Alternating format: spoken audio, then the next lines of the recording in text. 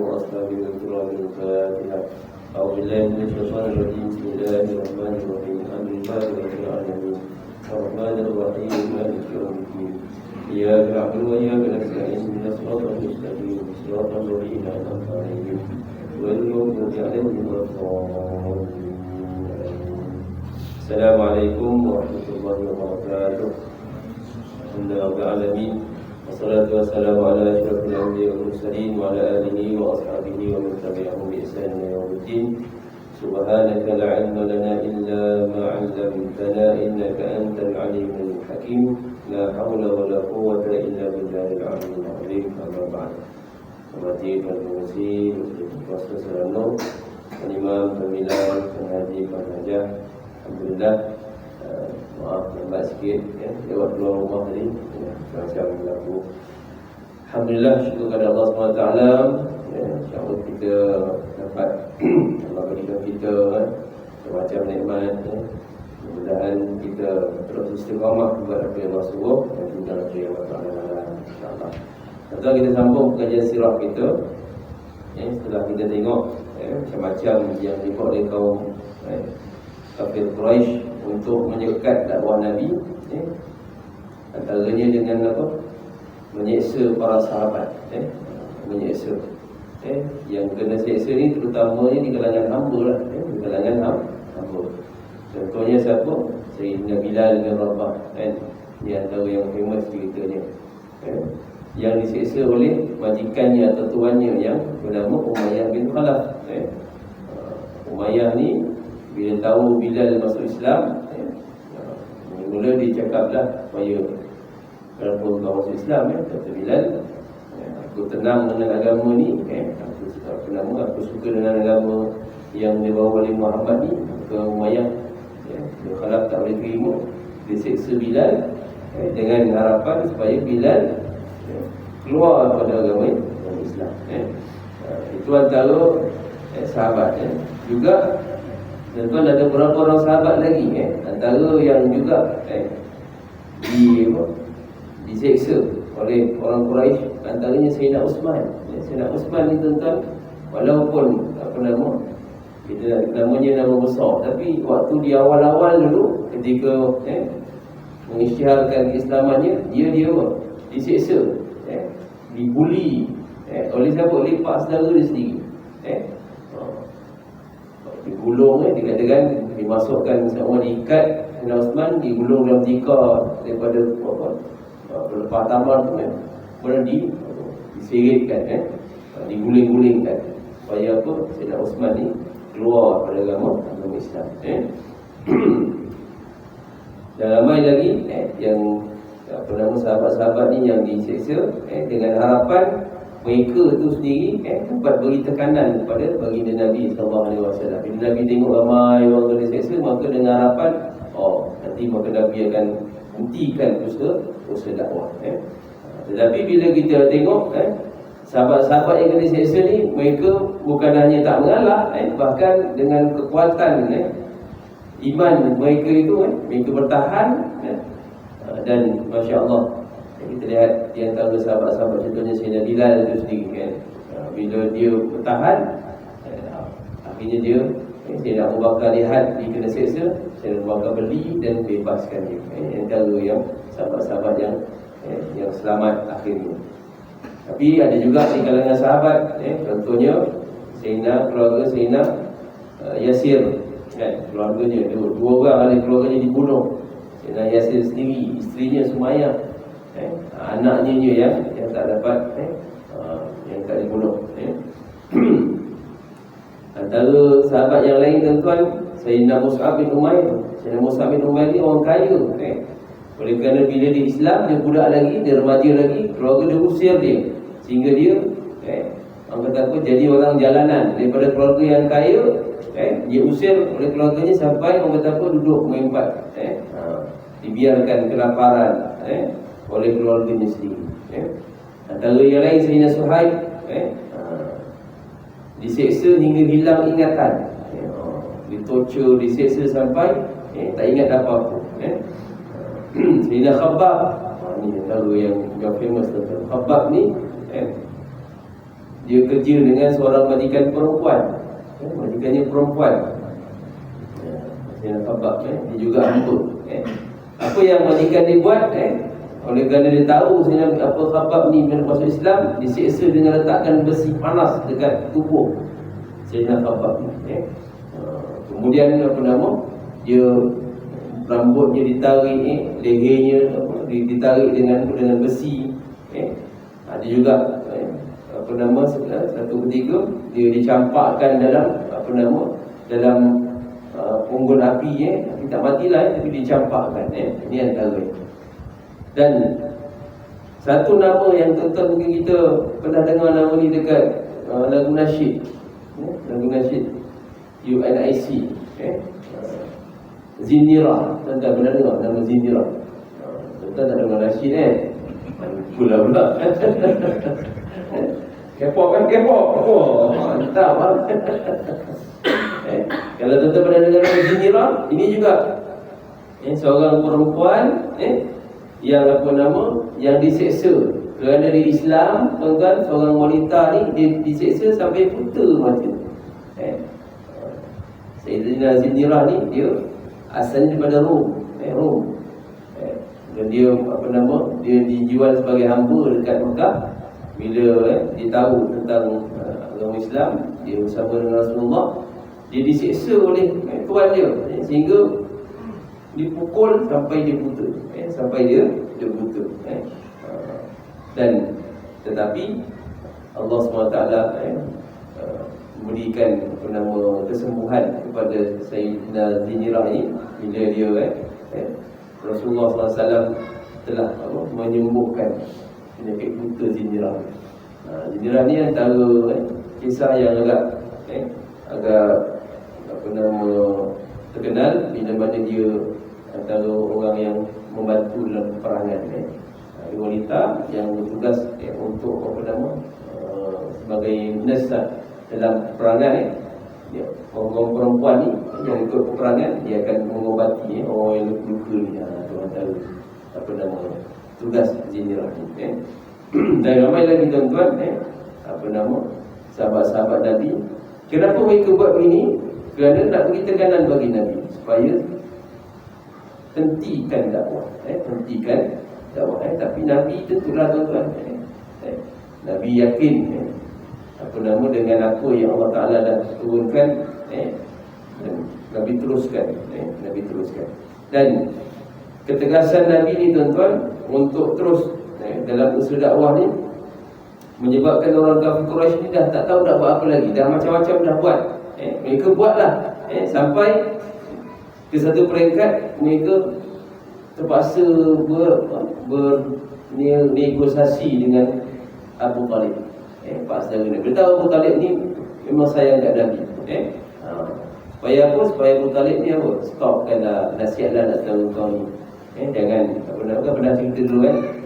Dia bukan sekali tuan-tuan, berbanyak kali kafir Quraisy ni, kaum kafir Quraisy jumpa dengan Abu Talib supaya Abu Talib pujuk Nabi. Macam-macam lah. Kalau kita pernah dengar dulu sebenarnya cerita, jumpa dengan Nabi, Nabi nak jadi raja, kita akan jadikan Nabi raja. Nabi nak perempuan, kita cari perempuan paling cantik, Nabi kahwin. Nabi nak harta, kita boleh kumpul harta satu Mekah ni, jadikan Nabi orang paling kaya. Kalau Nabi sakit, kita boleh ubatkan sakit Nabi, cari dukun, pawang yang terbaik untuk ubatkan Nabi. Tapi dengan syarat, jangan teruskan dakwah. Ini antara yang dia buat. Dan beberapa kali mereka datang ke Abu Talib minta supaya Rasulullah stop, hentikan dakwah. Sampailah tuan-tuan dengan satu kalimat yang kita mungkin pernah dengar, bila mana Abu Talib nampak macam bersungguh-sungguh juga kerana dia kesihankan kat Nabi. Kerana apa? Dia takut dah Nabi ni dia apa-apakan. Abu Talib dah tua waktu tu tuan. Abu Talib dah tua. Dia takut kalau apa-apa, kalau dia mati besok, macam mana dengan keadaan Rasulullah? Macam mana dengan keadaan anak saudara dia? Siapa yang akan jaga? Siapa yang akan bela? Antara yang sebut juga Abu Talib, wahai anak saudara tu, macam mana kalau insya-Allah tu tak ada, siapa yang akan bela kau? Tapi dalam keadaan tuan-tuan Nabi tegas, Nabi bercakap dengan lembut dekat pak saudara dia, tegas tapi lembut, tak lembut tapi tegas. Apa ayat dia? wahai ya ammu, kata Rasulullah, wallahi, ini ayat yang terkenal, law wada'u syamsa fi yamini wal qamara fi yasari ala an atruka hadzal amr ma taraktu hatta yazharahu Allah aw ahlika duna. Bila tengok Abu Talib pun cuba nak pujuk Nabi, Nabi kata dengan lembut tapi tegas, Nabi kata, wahai pakcikku, demi Allah, kalau pun mereka kafir Quraisy ni letakkan matahari dekat tangan kanan aku atau bulan dekat tangan kiri aku supaya aku tinggalkan dakwah, aku takkan sesekali berbuat demikian. Aku takkan sesekali berbuat demikian sebelum Allah memberikan aku kejayaan ataupun Allah matikan aku. Tengah aku buat usaha dakwah ni, sampailah aku berjaya, mencapai, maksudnya menyebarkan agama ni pada semua orang di tanah Arab, ataupun aku mati di tengah-tengah itu. Bila Abu Talib dengar je ketegasan Rasulullah dengan prinsipnya, takkan berubah, maksudnya susahlah, maka Abu Talib sendiri kata apa? Wahai anak saudaraku, izhab ya bena akhi. Kalau macam ni lah apa yang kamu respon, fakul ma ahbabta, pergilah, maksudnya tak apalah wahai anak saudaraku, cakaplah apa yang kamu nak cakap, fa wallahi la uslimuka li syai'in abada. Demi Allah, kata Abu Talib, aku takkan serahkan kau pada orang Quraisy ini selama-lamanya. Kerana ketegasan lagi. Tuan, kita ni kalau ada prinsip, sebenarnya dengan prinsip tu orang boleh hormat kita, berbanding dengan orang yang flip-flop ni kan. Orang yang tak ada prinsip kan, kejap kanan boleh, kiri boleh, sebenarnya orang dia boleh menunjukkan kelemahan. Tapi tengok baginda Nabi, walaupun yang dipujuk tu pak saudara dia sendiri kan, dengan cara yang terbaiklah. Konon-kononnya orang kafir Quraisy ni dia nak supaya kalau kita jangan cara kasar, tak boleh, buat cara halus, cara lembut.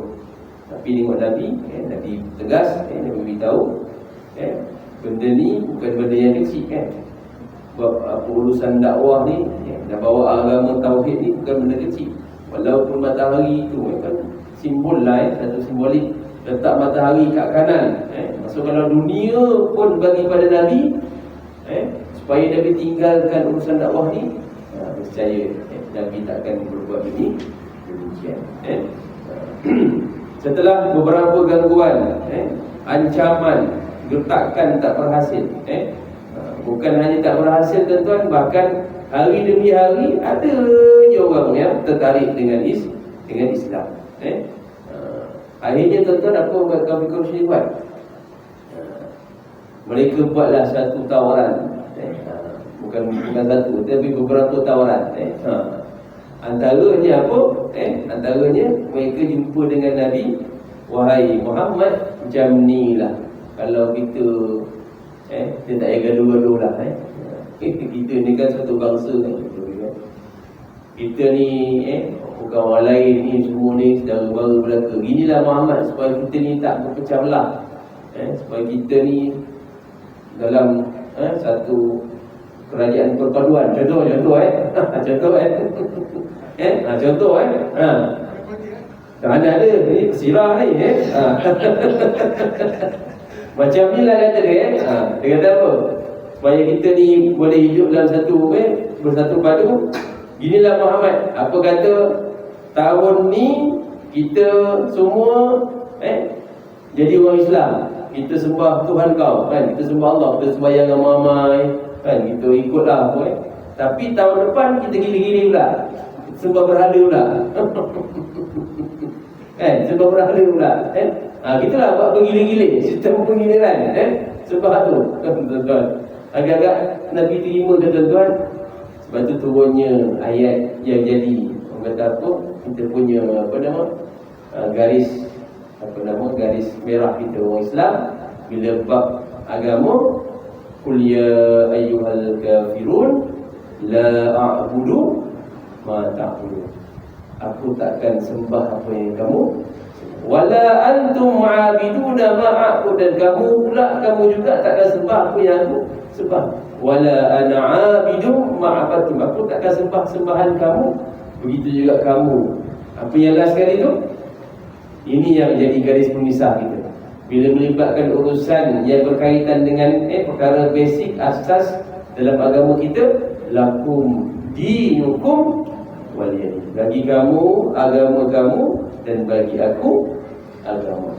Ini bab agama tuan-tuan tak ada kompromi. Tak ada kompromi. Bila bersentuh dengan urusan agama kita, orang Islam dia kena sedar, dia tak boleh tak apalah kita ni kan, kita nak jaga hati, nak jaga perasaan orang juga, tak boleh. Bila buat agama tak boleh. Sebab ni garis bantu oleh agama kita sendiri. Orang kafir Quraisy zaman itu pun dah cuba nak buat benda yang sama. Kita gini-gini lah tapi kita sembah Tuhan Muhammad, tahun depan kita yang sembah berhala, tak boleh. Dan itu antara yang mereka buat tuntutan, tapi tentulah tak boleh. Antara juga mereka apa? Mereka minta supaya Nabi, tuan-tuan kan, filter ayat-ayat Quran ni tuan-tuan, Nabi bila bacakan, tentulah ayat-ayat Quran tu bila sembah Allah, ada ayat-ayat yang mengatakan jangan sembah berhala, jangan sembah benda-benda yang tak beri manfaat. Mereka minta supaya Rasulullah buang ayat-ayat ni, buang ayat-ayat Quran yang menyentuh bab orang kafir. Tuan-tuan, dia minta Rasulullah buang benda-benda ayat-ayat Quran yang menyentuh penyembahan orang kafir. Ni dah limit sangat dah tuan-tuan. Dah orang kata apa memang, tapi mereka nak. Dia kata kalau kita okey, kalau Muhammad nak dakwah okey, tapi jangan sebut pasal berhala, jangan sebut pasal apa nama sembahan kami, jangan sentuh bab agama kami. Kenapa? Kalau sentuh agama kami terasa, kami kecil hati. Dia nak supaya Rasulullah buang ayat-ayat dalam Quran ni yang menyentuh tentang berhala. Boleh ke? Tak boleh tuan-tuan. Sebab itu Allah Ta'ala menurunkan ayat berkenaan dengan permintaan orang kafir ini tuan-tuan. Apa yang Allah dalam surah Yunus ayat yang ke-15, wa idza tutla alaihim ayatuna bayyinat qala alladhina la yarjuna liqa'ana bi qur'anin ghairi hadha aw badil qul ma yakunu li an ubaddilahu min tilqa'i nafsi in attabi'u illa ma yuha ilayya inni akhafu in asaitu rabbi 'adzaba yawmin 'adzim. Bila dibacakan ayat-ayat, dibacakan kepada mereka ayat-ayat kami yang nyata, keterangan yang nyata, berkatalah orang-orang yang tak mengharapkan untuk menemui kami untuk menerima balasan, wahai Muhammad, bawalah Quran lain daripada ini. Ini Allah rakamkan dalam surah ini. Mereka supaya minta Rasulullah jangan bawa Quran versi yang mengutuk penyembahan berhala ni, buat versi yang lebih harmoni. Maka apa kata Nabi?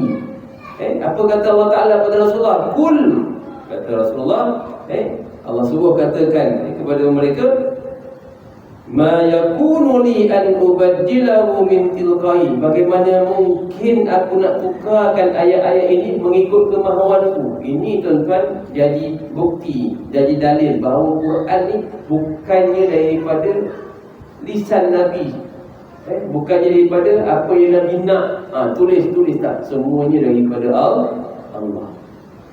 Bukannya kehendak Nabi, kata ayat ni.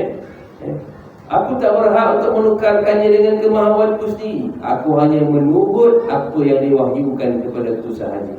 Sesungguhnya aku takut kerana kalau aku berbuat demikian, aku akan menderhakai Tuhan. Ini jawapan Nabi, tegas jawapan Nabi. Nak beritahu bila bab wahyu, ini bukan soal nafsu, bukan macam ahli kitab yang lain. Bagaimana mereka mengubah kitab Taurat, Injil ikut nafsu. Tuan-tuan, kenapa Taurat dan Injil ni jadi rosak? Kerana dia mengikut kemahuan dan kehendak padri-padri mereka, rabai-rabai mereka, pendeta-pendeta mereka. Mereka ubah hukum Taurat dan Injil sesuka hati ikut. Kalau benda ni kena dengan diorang, okey, ayat ni kita beritahu dekat umat kita, dekat kita punya pengikut. Kalau ayat tak okey, jangan beritahu. Jangan apa? Jangan beritahu. Itu yang jadi agama dalam Taurat dan Injil tu jadi rosak. Kerana mereka tak ikut apa yang Allah turunkan. Mereka hanya, bahkan mereka mengubah apa ayat-ayat dalam Taurat dan Injil itu, dan mereka buang ayat-ayat yang tak kena dengan hawa nafsu mereka. Sebab itulah Quran yang ada pada kita hari ini, tuan-tuan, bukan begitu. Quran yang pada kita hari ini Allah dah janji akan pelihara. Sebab tu tuan-tuan tengoklah sejarah Quran, bagaimana Quran dibukukan, bagaimana sejarah penulisan Quran. Apa yang kita baca surah Fatihah hari ini, begitulah 1400 tahun dulu, 1500 tahun dulu, sama ni baca. Apa yang ada Alif Lam Mim itu, tuan-tuan, itulah yang kekal. Satu huruf, satu baris pun tak berubah dulu, kini dan selamanya. Ini yang jaminan Allah Ta'ala pada Quran. Sebab tu Quran ni mukjizat besar. Sebab tu kita tak boleh lari daripada apa yang Quran nak bawa. Quran ni dah, orang kata apa, satu panduan yang sangat lengkap, yang dah ada segala-galanya dalam Quran. Siapa ikut Quran, selamat di dunia akhirat. Siapa yang ketepikan Quran, Allah akan bina. So kita tengok diri kita ni, kalau kita ikut Quran, maka insya-Allah kita hidup dalam kemuliaan. Satu kaum tak nak jadikan Quran sebagai panduannya, sebagai ikutannya, maka kaum itu Allah akan bina. Walaupun dia orang Islam, tapi kalau tak nak ikut Quran, dia akan hidup dalam kegemilangan. Itu antara apa yang dibuat oleh kafir Quraisy. Tuan-tuan, pada tahun kelima kenabian, maksudnya ketika umur Nabi berumur 44 tahun, 40, 41, 42, 43, 44, tahun kelima kenabian, Nabi SAW telah memerintahkan 11 orang di kalangan orang Islam ini untuk berhijrah ke satu tempat di negara Afrika yang namanya negeri Habsyah. Kenapa? Kerana tuan-tuan, Nabi dalam usaha Nabi ni tak penting diri, tuan-tuan. Nabi ni nak supaya sahabat-sahabat Nabi ni dapat hidup, dapat teruskan kehidupan. Maka Nabi telah dengan wahyu Allah SWT telah memerintahkan. Nabi tak suruh ramai dulu, tapi Nabi orang kata apa, riki jalan dulu, pergi orang kata apa, berperingkat. Maka hijrah yang pertama yang tidak diikuti oleh Nabi lah. Nabi, tuan-tuan, tak pernah tinggalkan umatnya. Nabi sentiasa Nabi sentiasa menjadi orang yang terakhir. Begitulah tuan-tuan kalau kita baca sirah,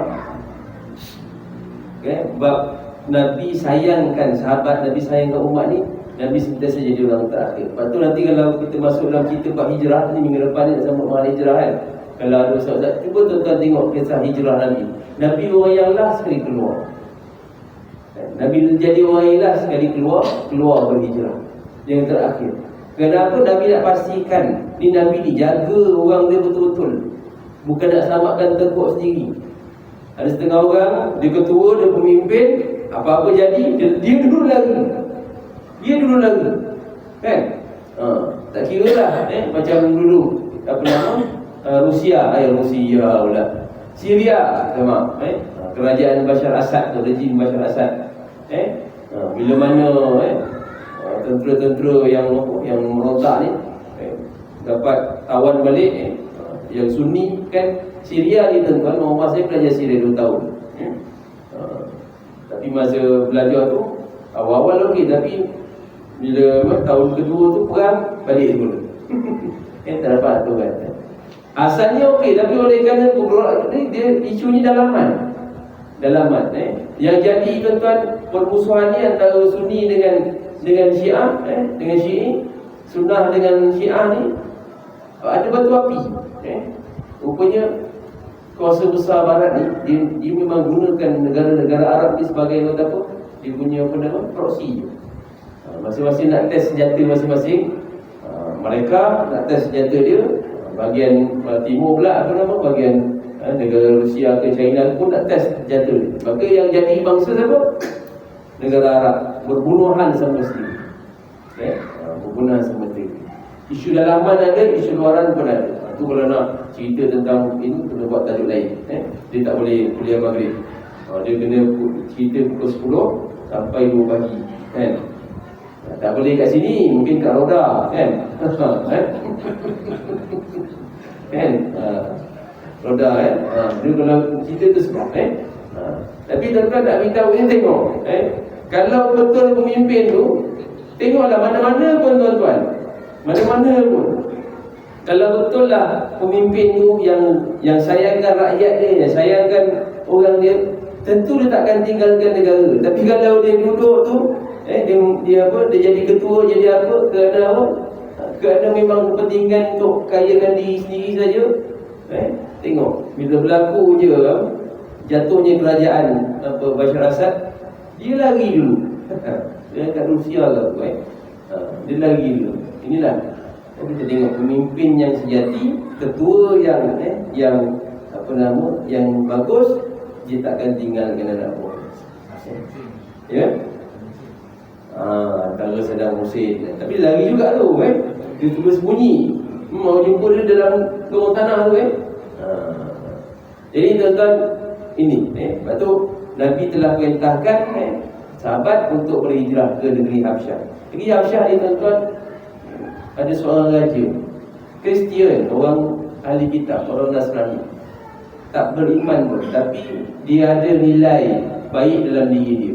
Dia suka dia suka orang tinggal kat negara dia, dia suka orang cari makan kat negara dia, dan dia ni memang adil. Dia adil.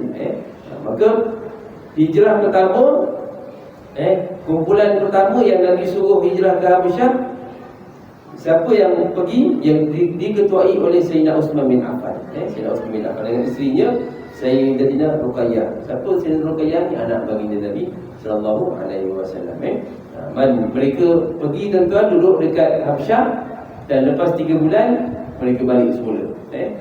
Dan Nabi dapat laporan daripada Sayyidina Uthman bahawa Habsyah ni apa yang Nabi tak pernah sampai tuan-tuan ke Habsyah, tapi melalui wahyu Allah Ta'ala beritahu kepada Nabi, dan Nabi minta sahabat, kau pergi rasakan sedikit. Betul tak raja di negeri Habsyah ni, raja yang baik, yang adil.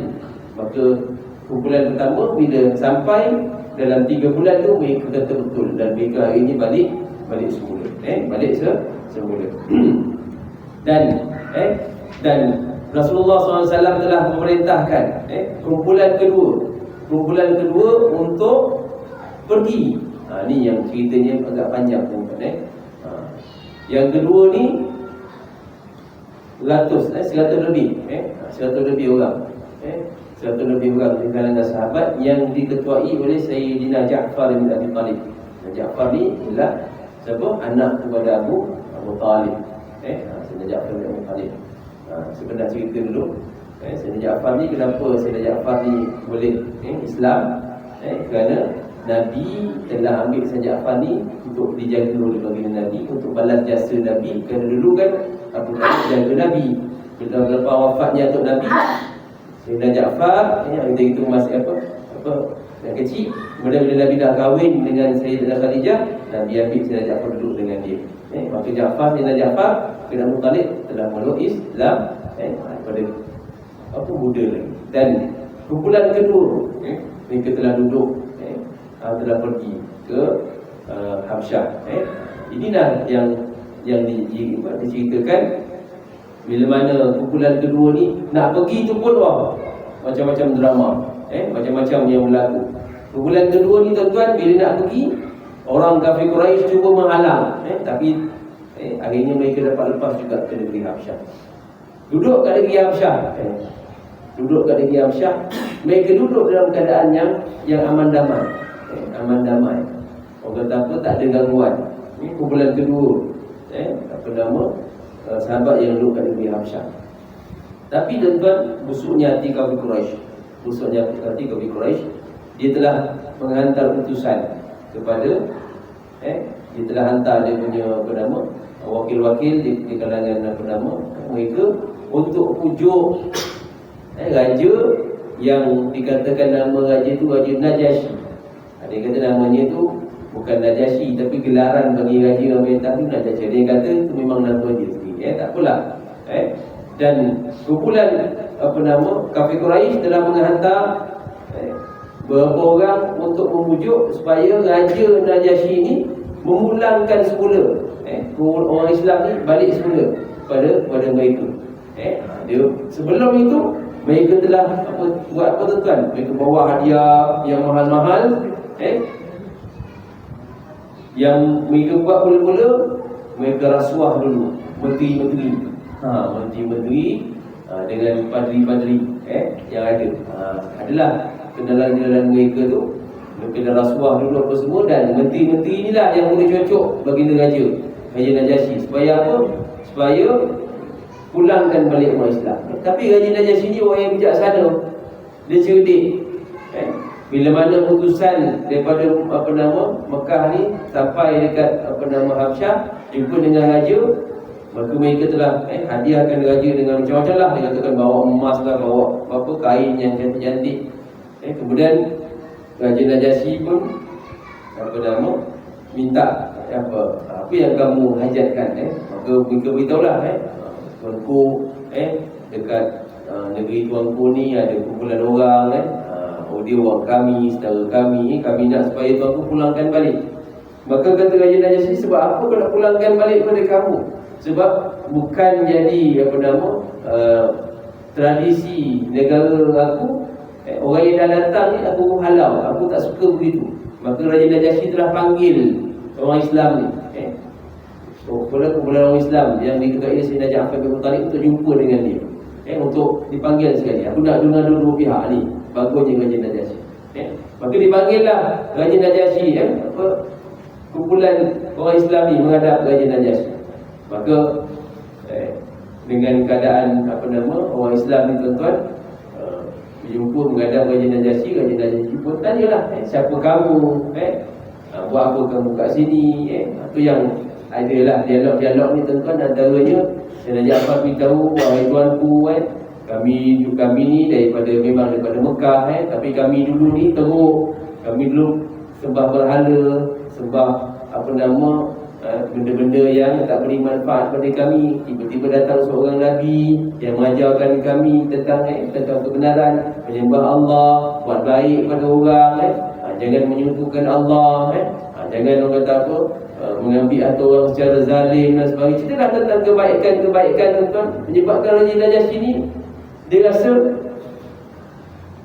agak pelik orang yang datang jumpa aku minta supaya aku pulangkan. Padahal orang ni orang baik, tak buat apa-apa salah pun. Tapi kenapa kumpulan ni? Jadi dia rasa something. Maka kata Raja Najasyi, apa yang aku dengar pada kamu ni, benda ni tak salah pun. Yang orang Islam cakap pada Raja Najasyi. Tapi kumpulan orang wakil kafir Quraisy ni dia tak putus asa. Dia katalah pada pada Raja Najasyi, wahai tuanku, sebenarnya untuk pengetahuan tuanku, orang yang bawa agama yang dianuti oleh kumpulan ini, dia telah mengatakan sesuatu pasal agama tuanku, berkenaan dengan agama tuanku, berkenaan dengan agama Nasrani lah, berkenaan dengan agama Kristian. Maka raja ni dia orang Kristian. Maka dia pun apa pula yang Nabi kamu cerita pasal agama aku? Kata Raja Najasyi, aku nak dengar benda ni. Apa yang raja kamu cerita pasal Nabi kamu cerita pasal agama aku? Maka tuan-tuan, dikatakan waktu itu Sayyidina Ja'far bin Abi Thalib telah bacakan ayat pada surah Maryam. Surah Maryam ni yang ceritakan tentang kalau tentang buka surah Maryam ni tuan-tuan, dia ceritanya tentang bagaimana keluarga Nabi Zakaria. Nabi Zakaria awalnya kemudian bawa kepada kisah keluarga Imran dan juga kisah Maryam.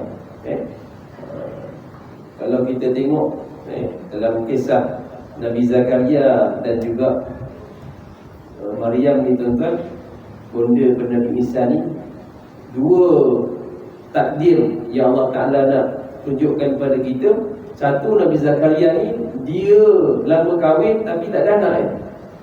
Lama kahwin sampai isterinya, dia dengan isterinya tua, tak ada anak. Sampai isterinya pun dah sampai menopause, kata mandul, akhir kan, sampai dah tak boleh beranak lagi. Dia nak sangat anak. Itu kisah Nabi Zakaria. Kisah Maryam tuan-tuan, Maryam ni perempuan suci, perempuan daripada keluarga Imran, Ali Imran.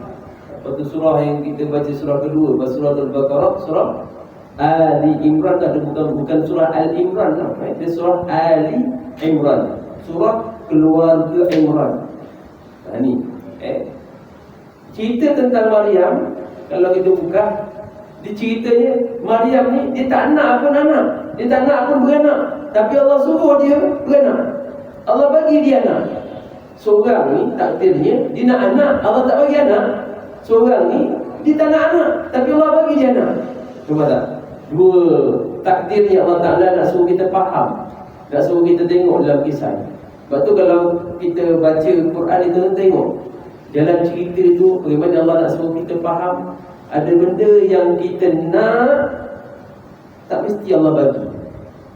Ada benda yang kita tak nak, tapi Allah bagi. Kenapa Allah bagi? Itu kita kena tanya. Lepas tu dalam kisah dua ni, kisah keluarga Nabi Zakaria dan juga Maryam ni, memang seronok kalau kita nak faham cerita. Nanti minta imam mana buat kelas tafsir kan, uraikan. Dan sampai surah tu kalau sejadah dah. Sudah sejadah dah. Mantap Okey, baik. Maka tuan-tuan dibacakan, kalau dalam surah Maryam tu dibacakan bagaimana kisah Maryam ni. Tuan-tuan, Maryam ni seorang perempuan suci yang Allah tiupkan roh padanya. Allah tiupkan roh bukan melalui jalan biasa. Nak beranak ni kalau ikut yang normal punya style kan, mesti kahwin, mesti ada perhubungan kan. Tapi dalam cerita Maryam, Allah Ta'ala tak buat begitu. Allah tak buat begitu. Allah tiupkan roh dan akhirnya Maryam mengandung. Bila dah mengandung tuan-tuan, tentulah dengan perut yang besar, berhadapan dengan masyarakat. Apa kata masyarakat? Apa reaksi masyarakat? Dengan siapa pula engkau buat kerja jahat ni? Kau tak kahwin tapi kau beranak. Tuan-tuan, tuduhan zina. Tuduhan berat tu pada Maryam. Tapi Maryam tak buat apa-apa. Maryam tak buat apa-apa. Dan kisah ini, kisah Maryam ni tuan-tuan, kisah yang agung, kisah yang hebat, kisah yang besar. Sebab tu dalam agama Kristian, Maryam ni dianggap sebagai apa? Mary kan? Mother kan? Mary kan?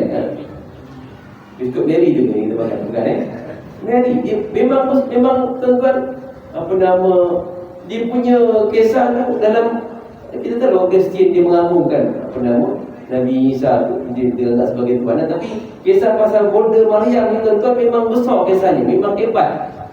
Dan bila mana dibacakan ayat-ayat yang mengagungkan, yang mensucikan Maryam, menyebabkan Raja Najasyi bila dengar ayat-ayat yang dibaca oleh Sayyidina Ja'far bin Abu Talib, tuan-tuan, menangis dia. Dia kata apa? Aku tak pernah dengar ayat-ayat, kalimat-kalimat yang begitu mensucikan bonda Maryam ini sebagaimana ayat yang kau baca tadi. Asalnya orang kafir Quraisy yang wakil dari ini nak supaya Raja Najasyi ni marah dekat orang Islam, sebab orang Islam mana terima Trinity, mana terima Nabi Isa sebagai anak Allah kan, sebagai orang kata apa, agama apa, Trinity agama Kristian.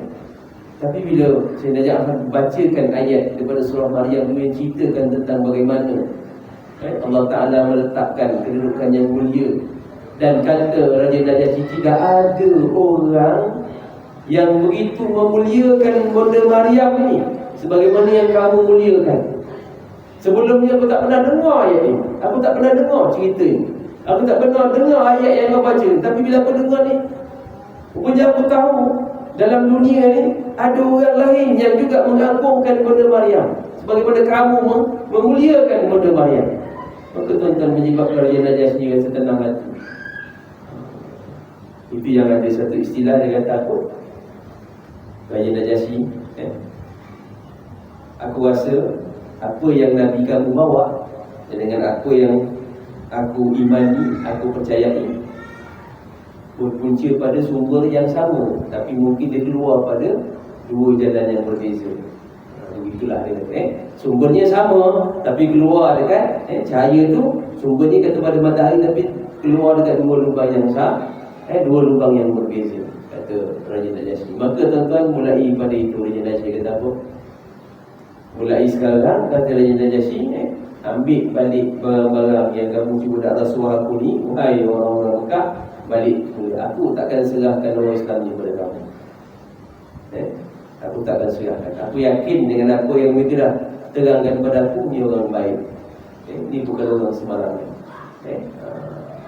Sebab tu tuan-tuan, kisah di Habsyah ni yang menyebabkan Raja Najasyi ni, dikatakan akhirnya Raja Najasyi ni ada riwayat lain, ada pendapat kata masuk Islam, ada yang kata tak masuk Islam. Bahkan yang mengatakan Raja Najasyi masuk Islam, bila Raja Najasyi ni wafat, meninggal, Nabi buat solat ghaib untuk dia. Raja Najasyi, Raja Najasyi. Baik, itu kisah tentang Raja Najasyi. Dan kisah ini menyebabkan orang kafir balik semua ke Mekah dalam keadaan hampur, dalam keadaan murah. Kita cuba buat macam-macam dekat Muhammad, dekat orang Islam, asyik gagal. Bahkan cubaan untuk merasuah Raja Najasyi ni, supaya orang kata aku benci pada Islam, juga menaiki jalan gagal. Maka Raja Najasyi itu betapa yakin pula dengan apa yang dibawa oleh baginda Nabi sallallahu alaihi wasallam. Ini kisah tentang hijrah di Habsyah.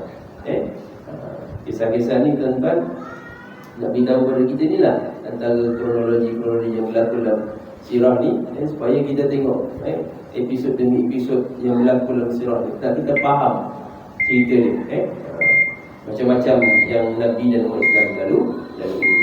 Wallahu a'lam bishawab. InsyaAllah kalau akan datang kita akan tengok pada bab bagaimana ada dua orang tokoh yang akhirnya mereka ni Allah Ta'ala bagi hidayah pada Islam. Siapakah tokoh itu? Kita jumpa di siaran akan datang. Wallahu a'lam bishawab. Aku qawli hadza, astaghfirullahaladzim wa lakum. Assalamualaikum warahmatullahi wabarakatuh.